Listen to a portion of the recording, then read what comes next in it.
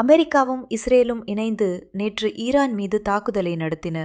ஈரானின் Tehran, Isfahan, Kom, garage, கெர்மான்ஷா போன்ற நகரங்களில் இராணுவ இலக்குகள், அணு ஆராய்ச்சி தொடர்புடைய இடங்கள், ஏவுகணை தளங்கள், விமான பாதுகாப்பு அமைப்புகள் மீது தாக்குதல் நடத்தப்பட்டன.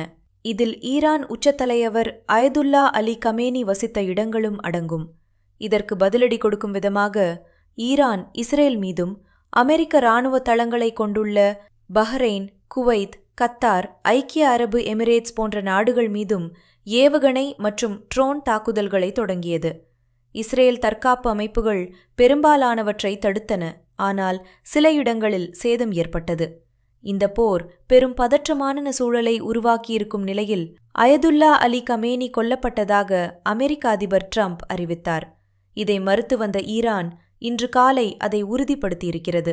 தாக்குதலுக்கு பிறகு அயதுல்லா அலி கமேனியின் உடல் கண்டெடுக்கப்பட்டதாக இஸ்ரேலிய உயர் அதிகாரி ஒருவர் ராய்ட்டர்ஸ் செய்தி நிறுவனத்திடம் உறுதிப்படுத்தியுள்ளார்.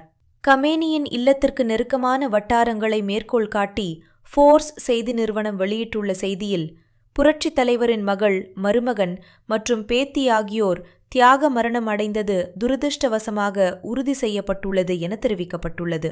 இவர்களுடன் அயதுல்லா அலி கமேனியின் முக்கிய ஆலோசகர் அலி ஷாமாம்கானி மற்றும் புரட்சிகர காவல்படை தளபதி முகமது பாக்பூர் ஆகியோரும் கொல்லப்பட்டதாக இஸ்ரேல் இராணுவம் அறிவித்துள்ளது.